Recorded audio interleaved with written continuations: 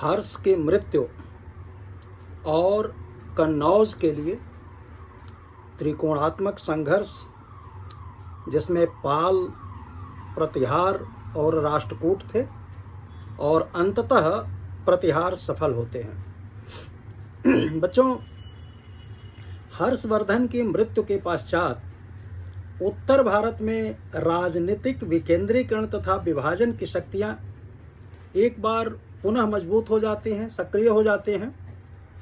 काम रूप में भास्कर वर्मा ने कर्ण सुवर्ण तथा उसके आसपास के क्षेत्रों को जीतकर अपना स्वतंत्र साम्राज्य बना लिया। मगध में हर्ष के सामंत माधवगुप्त के पुत्र आदित्य सेन ने अपने आप को स्वतंत्र कर लिया। भारत के पश्चिमी तथा उत्तरी पश्चिमी भागों में कई स्वतंत्र राज्यों की स्थापना हो जाती है। कश्मीर में कारकोट वंश की सत्ता स्थापित होती है। सामान्यतः यह काल पारस्परिक संघर्ष तथा प्रतिद्वंदिता का काल कहा जा सकता है। हर्ष के बाद उत्तर भारत की राजनीतिक गतिविधियों का जो मुख्य बिंदु है वो कन्नौज बन जाता है, और जिस पर अधिकार करने के लिए विभिन्न शक्तियों का आपस में संघर्ष हो जाता है। इसी बीच चीनी आक्रमण का उल्लेख प्राप्त होता है कि जैसा पहले लिखा जा चुका है, हर्ष का कोई पुत्र नहीं था। उसके बाद कन्नौज पर अर्जुन नामक किसी स्थानीय शासक ने अधिकार कर लिया था। चीनी लेखक मा त्वान लिन हमें बताता है कि 646 ईस्वी में चीनी नरेश ने वंग होयनत्से के नेतृत्व में तीसरा दूतमंडल भारत भेजा था। जब वह कन्नौज पहुंचा तो हर्ष की मृत्यु हो चुकी थी तथा अर्जुन वहां का राजा था। अग्रलिखित पंक्तियों में हम हर्ष के बाद प्रमुख राज्यों एवं शक्तियों का यहाँ विवरण प्रस्तुत करने की कोशिश करेंगे। कन्नौज का शासक यशोवर्मन हर्ष के मृत्यु के बाद लगभग 75 वर्षों तक कन्नौज का इतिहास अंधकारमय है। इस अंध युग की समाप्ति के पश्चात हम कन्नौज के राज सिंहासन पर यशोवर्मन नामक एक महत्वाकांक्षी तथा शक्तिशाली शासक को आसीन पाते हैं। उसके नाम के अंत में वर्मन शब्द जुड़ा देखकर कुछ विद्वान उसे मौखरी शासक मानते हैं, परंतु इस विषय में हमारे पास कुछ निश्चित साक्ष्य नहीं है।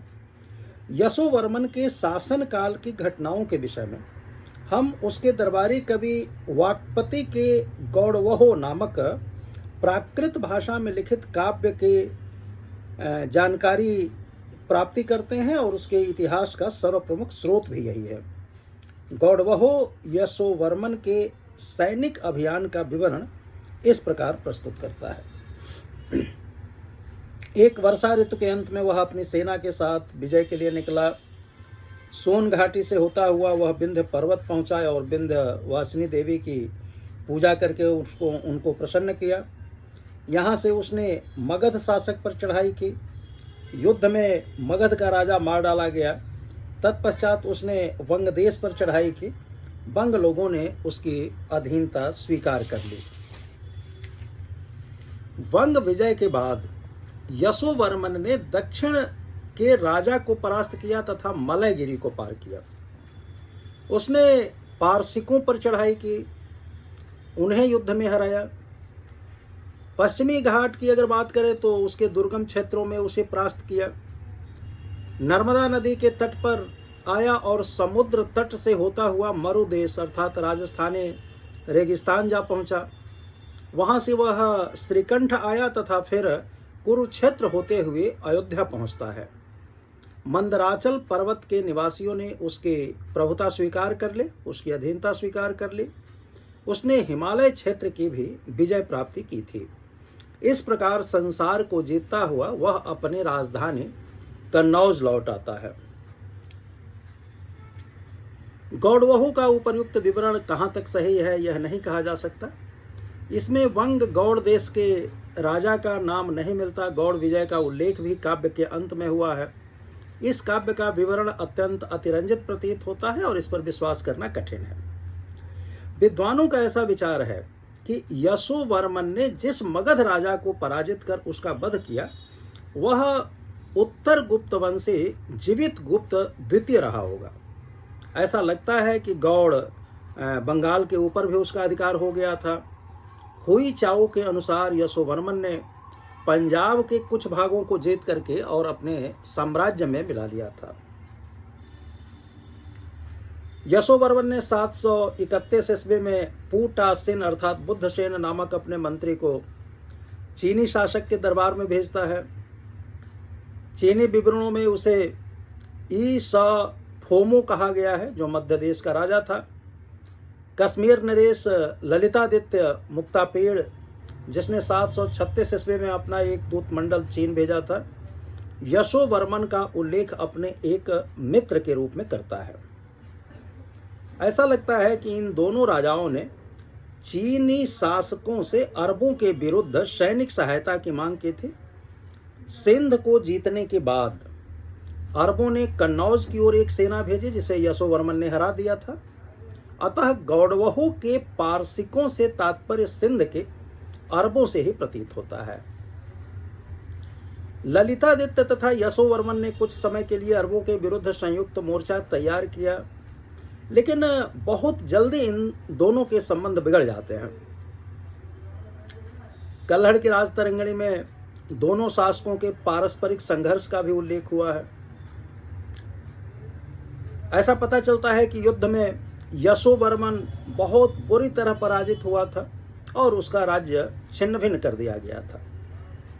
राजतरंगिणी में इसे बड़े काव्यात्मक ढंग से कहा गया है कि कवि वार्क पतिराजश्री भवभूत्यादिसेवितः जीतौ ययो यशोवर्मा तद्गुणस्तोति वंदिताम किमन्यंत कान्य कुब्जोर्जीवा यमुना पारो तस्य सा अभूदा कालिकातीरम गृह प्रांगण वदवशे।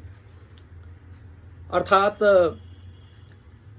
वाक्पति भवभूत आदि कवियों द्वारा सेवित यशोवर्मा उसका अर्थात ललितादित्य का गुणगान करने लगा तथा यमुना से लेकर कालिका यानी काली नदी तक के बीच का कन्नौज राज्य का भाग ललितादित्य के महल का आंगन बन गया था। यशोवर्मन ने संभवतः 700 ईस्वी से 740 ईस्वी तक शासन किया। वह विद्वानों का आश्रयदाता भी था। भवभूत ने 3 प्रसिद्ध नाटक ग्रंथों मालती माधव, उत्तर रामचरित और महावीर चरित की रचना इसी समय किए। मालती माधव 10 अंकों का नाटक है, जिसमें माधव तथा मालती के प्रणय का कथा वर्णित है। महावीर चरित के 7 अंकों के राम के विवाह से लेकर के राज्याभिषेक तक की कथा मिलती है। उत्तर रामचरित में भी 7 अंक है और इसमें रामायण के उत्तरकांड की कथा है। भवभूत करुण रस के आचार्य माने जाते थे। यशोवर्मन शैव मतोन्यायी था। उसका उत्थान और पतन उल्का की भांति होता है। जैन ग्रंथों में उसके पुत्र का नाम आमराज मिलता है, जिसने उसके बाद कन्नौज और ग्वालियर पर शासन किया। कुछ विवरणों की ऐतिहासिकता संदिग्ध है। वर्तमान स्थिति में हम यशोवर्मन के उत्तराधिकारियों के विषय में निश्चित रूप से कुछ भी नहीं कर सकते। इसके पश्चात कन्नौज में आयुध नामधारी राजाओं का शासन पाते हैं, जैसे वज्रायुद्ध, इंद्रायुद्ध, चक्रायुद्ध आदि के नाम मिलते हैं और ये सभी निर्बल शासक थे। कन्नौज के लिए बच्चों फिर त्रिकोणात्मक संघर्ष प्रारंभ होता है और ये प्रश्न कई बार जो है मास्टर्स जो बच्चे करते हैं या फिर यूपीपीसीएस में भी आ चुका है कि कन्नौज के त्रिकोणात्मक संघर्ष का विवेचना कीजिए। तो हम लोग इस पे बात करते हैं। हर्ष के बाद कन्नौज विभिन्न शक्तियों के आकर्षण का केंद्र बन गया। कन्नौज को वही स्थान प्राप्त हुआ जो गुप्त युग में मगध का था। हर्ष तथा यशोवर्मन ने इसे साम्राज्यिक सत्ता का प्रतीक बना दिया था। उत्तर भारत का चक्रवर्ती शासक बनने के लिए कन्नौज पर अधिकार करना आवश्यक समझा जाने लगा। अतः इस पर अधिकार करने के लिए 8वीं शताब्दी की 3 बड़ी शक्तियां पाल, गुर्जर प्रतिहार और राष्ट्रकूट के बीच त्रिकोणीय संघर्ष प्रारंभ हो जाता है और 8वीं-9वीं शताब्दी के उत्तर भारत के इतिहास की यह सबसे महत्वपूर्ण घटना है। 8वीं सदी के अंत में गुर्जर प्रतिहार नरेश वत्सराज होते हैं, जो 780 से लेकर के 805 ईस्वी के बीच में शासन करते हैं। राजपूताना और मध्य भारत के विशाल भूभाग पर इन्होंने शासन किया था। बंगाल में इसी के समानांतर पालों का एक शक्तिशाली साम्राज्य स्थापित होता है। वत्सराज का पाल प्रतिद्वंदी धर्मपाल 770 से 810 ईस्वी तक था।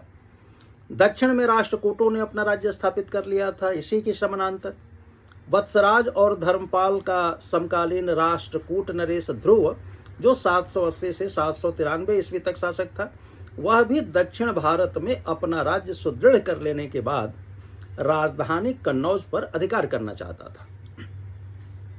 अतः कन्नौज पर आधिपत्य के लिए प्रथम संघर्ष वत्सराज, धर्मपाल तथा ध्रुव के बीच में होता है। धर्मपाल की पराजय होती है। इस प्रकार वत्सराज ने कन्नौज पर अधिकार कर लिया और वहां का शासक इंद्रायुध उसकी अधीनता स्वीकार कर लेता है। इसी समय राष्ट्रकूट नरेश ध्रुव ने विंध्य पर्वत पार करके वत्सराज पर आक्रमण कर दिया। वत्सराज बुरी तरह से परास्त होते हैं तथा वह राजपूताना के रेगिस्तान की ओर भाग खड़े हुए। राधनपुर लेख में कहा गया है कि उसने वत्सराज के यश के साथ ही उन दोनों राज छत्रों को भी छीन लिया जिन्हें उसने गौड़ नरेश से लिया था। उल्लेख का मूल रूप ये है कि गौड़ीयम सरदिन्दुपाद धवलम छत्रद्वयम केवलम तस्मानाहृत तत्सोयपि कुकुभम प्रांते स्थितम तत्क्षणात्। ध्रुव ने पूर्व की ओर बढ़ करके धर्मपाल को भी पराजित किया। सांजन तथा सूरत लेखों में ध्रुव की इन सफलताओं का उल्लेख मिलता है। सांजन लेख के अनुसार उसने गंगा यमुनोर मध्ये राज्ञों गौडश्च नश्यतः लक्ष्मी लीलारविंदानि श्वेत छत्राण यो हरेत, अर्थात गंगा यमुना के बीच भागते हुए गौड़ राज की लक्ष्मी को, लीलार बिंदु और श्वेत छत्रों को छीन लिया। परंतु इन विजयों के पश्चात ध्रुव दक्षिण भारत लौट गया और 793 ईस्वी में उसकी मृत्यु हो गई। उल्लेखनीय है कि त्रिकोण संघर्ष में भाग लेने वाले राष्ट्रकूट दक्षिण की पहली शक्ति थे जिन्होंने उत्तर भारत की राजनीति में हस्तक्षेप किया और आक्रमण किया था। 18वीं सदी में मराठों ने यही भूमिका बाद में अदा की थी। ध्रुव के उत्तर भारत के राजनीतिक दृश्य से ओझल होने के बाद पाल तथा गुर्जर प्रतिहारों में पुनः संघर्ष प्रारंभ हो जाता है। इस बार पालों का पलड़ा भारी था। भागलपुर अभिलेख से पता चलता है कि धर्मपाल ने कन्नौज पर आक्रमण किया और वहां इंद्रायुध को हटाकर अपनी ओर से चक्रायुध को राजा बनाया। गुर्जर प्रतिहार वंश की सत्ता वत्सराज के पराक्रमी पुत्र नागभट्ट द्वितीय 805 से लेकर के 833 ईस्वी को हाथ में फिर आती है। उसने सिंध, आंध्र, विदर्भ तथा कलिंग को जीता और कन्नौज पर आक्रमण करके चक्रायुध को वहां से निकाल दिया। ग्वालियर प्रशस्ति में कहा गया है कि चक्रायुध की नीचता इसी बात से सिद्ध थी कि वह दूसरों के ऊपर निर्भर करता था। यहाँ दूसरों से तात्पर्य धर्मपाल से है। नागभट्ट कन्नौज को जीतने मात्र से संतुष्ट नहीं हुआ, अपितु उसने धर्मपाल के विरुद्ध भी प्रस्थान किया।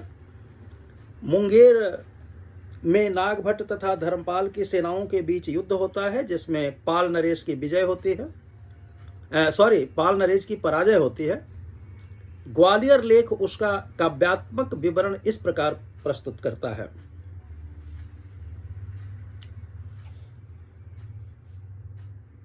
बंग नरेश अपने गजों, अश्वों और रथों के साथ घने बादलों के अंधकार की भांति आगे बढ़कर के उपस्थित हुआ, किंतु त्रिलोकों को प्रसन्न करने वाले नागभट्ट ने उदीयमान सूर्य की भांति इस अंधकार को काट डाला। इसका मूल रूप इस तरह से है कि दुर्वार बैरिवर वारण बाजिवार याड़ औद सघटन घोर गंधाधकारम निर्जत्य वंग पतिमाभिर्भूद विवस्वान उद्दन्य त्रिजंग देक विकास कोयः, यह ग्वालियर अभिलेख में लिखा हुआ है। भयभीत पाल नरेश ने राष्ट्रकूट शासक गोविंद तृतीय 793 से 814 ईस्वी तक गोविंद का शासन था से सहायता मांगता है। फलस्वरूप गोविंद तृतीय ने नागभट्ट पर आक्रमण किया। संजन ताम्रपत्र से पता चलता है कि उसने नागभट्ट द्वितीय को पराजित करके मालवा पर अधिकार कर लिया। धर्मपाल तथा चक्रायुध ने स्वतः उसकी अधीनता स्वीकार कर ली। गोविंद आगे बढ़ता हुआ हिमालय तक जा पहुंचा, परंतु वह उत्तर में अधिक दिनों तक ठहर नहीं सका। उसकी अनुपस्थिति का लाभ उठा करके दक्षिण के राजाओं ने उसके विरुद्ध एक संघ बनाया और उसके फलस्वरूप से शीघ्र ही अपने गृह राज्य वापस जाना पड़ा। गोविंद तृतीय के वापस लौटने के पश्चात पालों तथा गुर्जर प्रतिहारों में पुनः संघर्ष छिड़ गया। इस समय पाल वंश का शासन धर्मपाल के पुत्र देवपाल, जिसका शासनकाल 810 से 850 ईस्वी तक रहा, उसके हाथ में आ जाता है। देवपाल शक्तिशाली शासक था। उसने 40 वर्षों तक राज्य किया। उसका विशाल साम्राज्य था। उसका समकालीन गुर्जर प्रतिहार वंशी रामभद्र एक निर्बल शासक था। अब वह देवपाल का सामना करने में असमर्थ रहा। देवपाल के मुंगेर लेख से पता चलता है कि उसने उत्कल, हूण, द्रविड़, गुर्जर राजाओं के गर्व को चूर्ण कर दिया। यहाँ गुर्जर नरेश से तात्पर्य रामभद्र से ही है, जो नागभट्ट का उत्तराधिकारी था। देवपाल के बाद विग्रहपाल तथा नारायणपाल शासक हुए, क्रमशः 850 से 854 और नारायणपाल 854 से 908 ईस्वी तक। इनके समय में पालों की शक्ति निर्बल पड़ गई थी।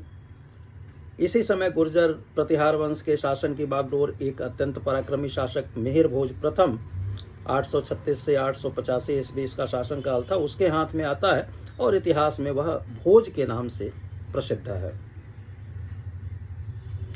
उसने अपने वंश की पुनः प्रतिष्ठा की। सर्वप्रथम भोज ने कन्नौज तथा कालंजर को जीतकर अपने राज्य में मिलाया, किंतु वह पाल शासक देवपाल तथा राष्ट्रकूट शासक कृष्ण तृतीय द्वारा पराजित किया गया। ऐसा लगता है कि भोज ने देवपाल के शासन के अंत में उसे पराजित कर दिया, क्योंकि ग्वालियर लेख में कहा गया है कि लक्ष्मी ने धर्म के पुत्र को छोड़कर भोज का वरण किया।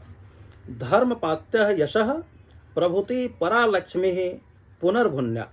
यहाँ धर्म के पुत्र से तात्पर्य धर्मपाल के पुत्र देवपाल से ही है। पालों पर राष्ट्रकूटों भी ने आक्रमण किया। इससे भोज को अपनी शक्ति संगठित करने का अवसर मिला। उसने चेद और गहलोत वंशों के साथ मैत्री संबंध स्थापित किया, अपनी स्थिति सुदृढ़ कर लिया और उसके बाद देवपाल के उत्तराधिकारी शासक को बुरी तरह पराजित किया। 885 ईस्वी में भोज की मृत्यु हो जाती है। भोज प्रथम के बाद उसका पुत्र महेंद्रपाल प्रथम शासक हुआ, जिसने 910 ईस्वी तक शासन किया। बिहार तथा उत्तरी बंगाल के कई स्थानों में उसके लेख प्राप्त होते हैं, जिसमें उसे परम भट्टारक, परमेश्वर, महाराजाधिराज महेंद्रपाल कहा गया है। स्पष्ट है कि मगध तथा उत्तरी बंगाल के प्रदेशों पर भी पालों से गुर्जर प्रतिहारों ने जीत लिया था और इन प्रदेशों के मिल जाने से प्रतिहार साम्राज्य अपने उत्कर्ष की पराकाष्ठा पर पहुंच गया। इस प्रकार साम्राज्य के लिए 9वीं शताब्दी के 3 प्रमुख शक्तियों गुर्जर प्रतिहार, पाल और राष्ट्रकूट में जो त्रिकोणात्मक संघर्ष प्रारंभ हुआ था, उसकी समाप्ति होती है। स्पष्ट है कि इस संघर्ष में अंततोगत्वा प्रतिहारों को सफलता प्राप्त होती है और कन्नौज के ऊपर प्रतिहारों का आधिपत्य स्थापित हो जाता है। देवपाल की मृत्यु के बाद पाल उत्तरी भारत की राजनीति से बिल्कुल ओझल हो जाते हैं। ऐसा ज्ञात होता है कि प्रतिहार शासक महिपाल प्रथम, जो 912 से लेकर 943 ईस्वी तक शासन किया था, उसके समय में राष्ट्रकूट राजाओं इंद्र तृतीय तथा कृष्ण तृतीय ने कन्नौज नगर पर आक्रमण किया तथा थोड़े समय के लिए प्रतिहारों के अधिकार को चलायमान कर दिया था, किंतु राष्ट्रकूटों की सफलता क्षणिक रही और उनके हटने के बाद वहां प्रतिहारों का पुनः सुदृढ़ शासन स्थापित हो गया। अब प्रतिहारों की गणना उत्तर भारत के सर्वाधिक महत्वपूर्ण शक्ति के रूप में होने लगी। तो बच्चों, हर्ष के समानांतर में भी बहुत आवश्यक था कि हम ये त्रिकोणात्मक संघर्ष के हम लोग चर्चा कर लें, और ये त्रिकोणात्मक संघर्ष का चर्चा जो है उसका समापन होता है।